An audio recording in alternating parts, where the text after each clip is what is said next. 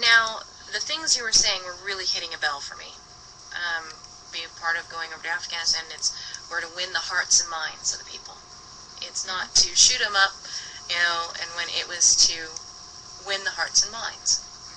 Now, when I'm hearing what you're saying from the Peacekeeping Corps, I would like to know your thoughts on the correlation between them, or the comparison between them and U.S. forces in somewhat the similar general orders, so to speak. Well, see, one of the things that I would have loved to do as a research project, and I proposed actually to the people at the Uniformed Services University, also known as USIS, was,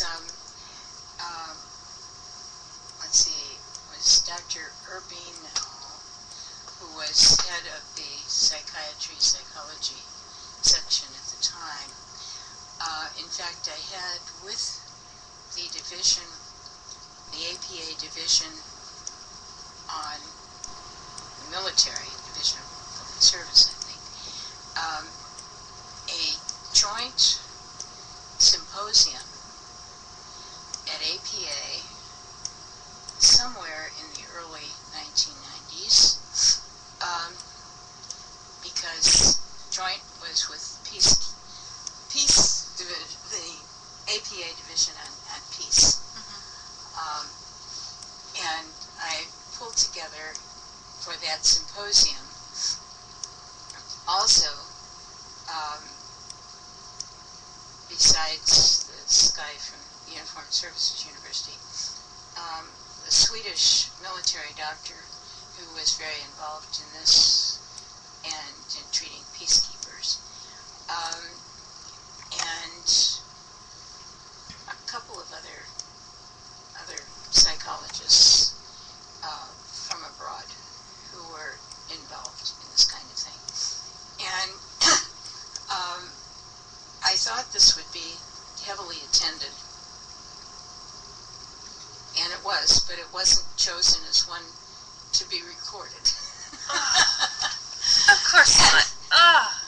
And much to my chagrin, and much to my dismay, the Uniformed Services University didn't at that point institute a program.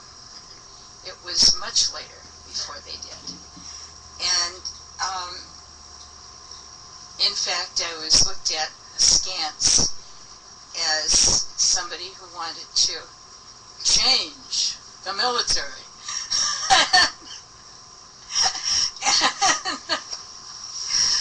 But they had already studied brainwashing, and instead of applying some of what was learned in many, many studies of Americans and others who'd been put through brainwashing, what they did was to translate that into interrogation techniques. Now, there was a lot learned in that about resilience and about traumatic stress disorder. And unfortunately, that didn't get picked up. I've had it in some of my work since.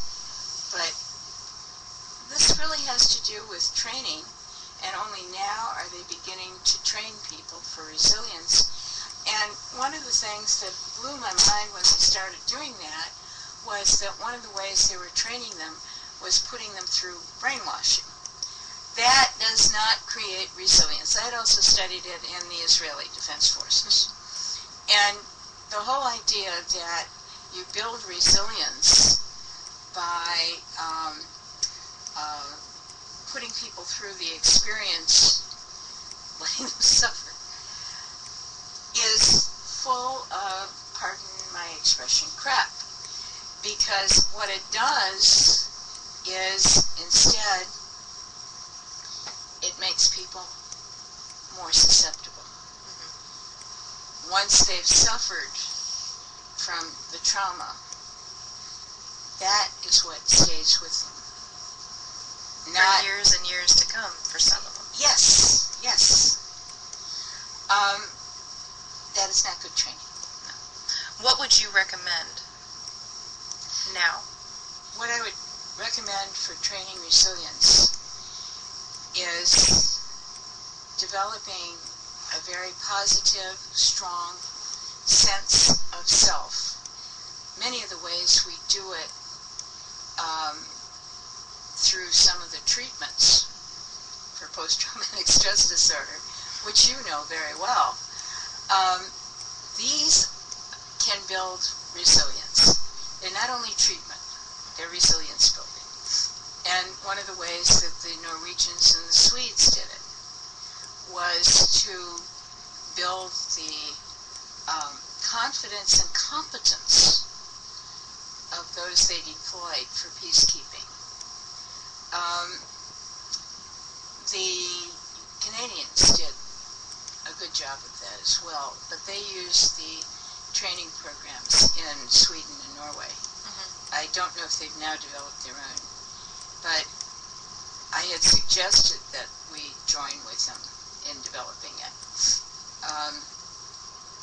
There were instances in the peacekeeping again where Americans who were with UNSO, which was the Truce Supervision Group, a particular American colonel, was captured and tortured to death. And I felt that the Americans were particularly weak on training to deal with it, and I tried my darndest to ask, beg, implore the people at the Pentagon to work with the Israelis to find him before he was killed. And they refused to do that, because the Israelis knew the area very well and had a record for rescuing people who were captured. But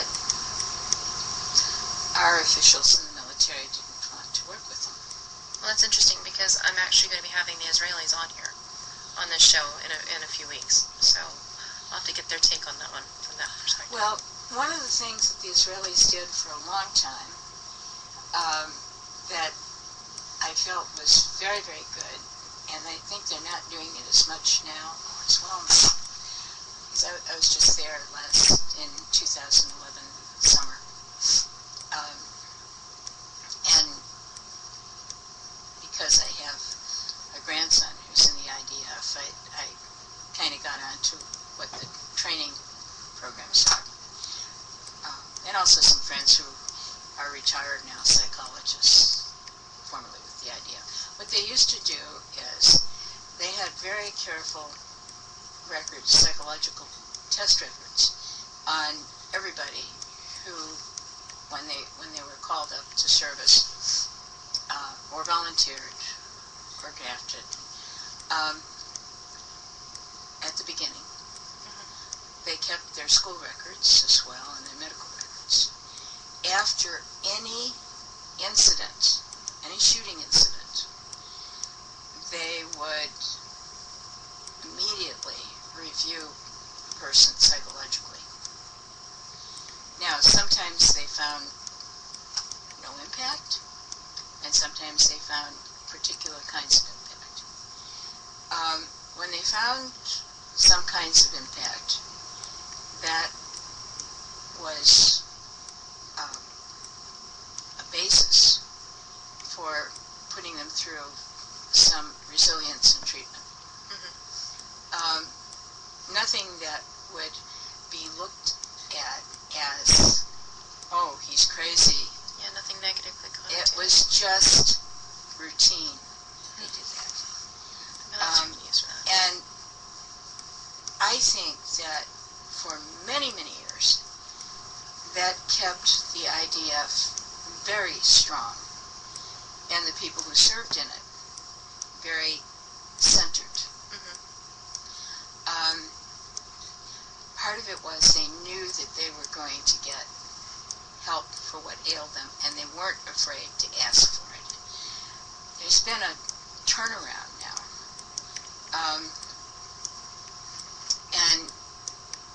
the things that bothered me very much was that instead of the U.S. Army becoming more influenced by the IDF's program, it's been the reverse. And soldiers now are afraid to talk about or report their trauma and their suffering. I actually got to see anxiety. a reason behind that. When coming back from Afghanistan, we had an individual who reported it, and it got spread throughout the entire unit, and that soldier ended up being ostracized because of that. So that stigma is not just in the mind, it is very much real for the U.S. soldiers, so I understand where that's coming from. Well, and as a result, I feel that there are a lot of Israeli veterans of violence and trauma who are keeping it to themselves and who are potential time bombs.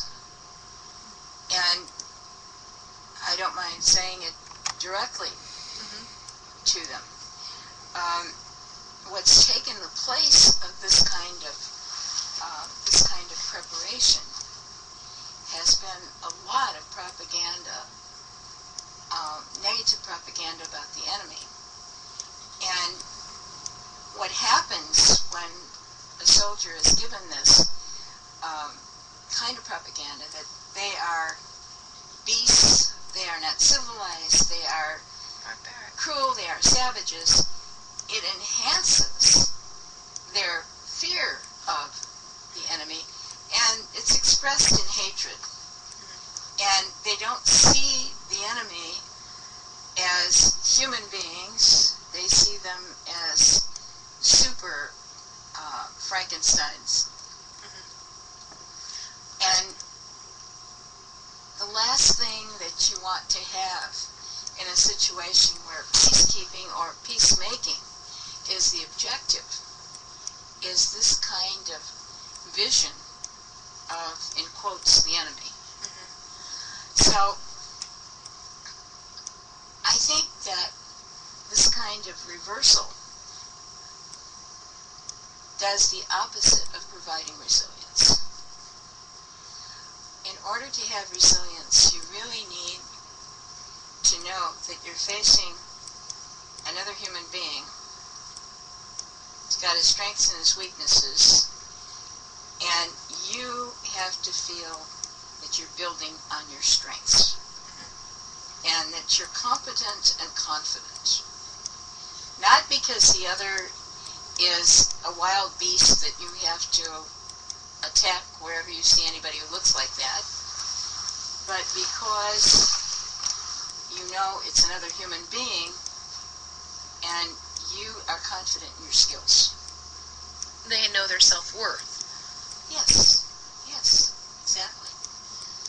It's the opposite of what soldiers get if they admit to having been scared. Damn it, you're going to be scared because you're a human being. It's normal. It is expected. Quite normal.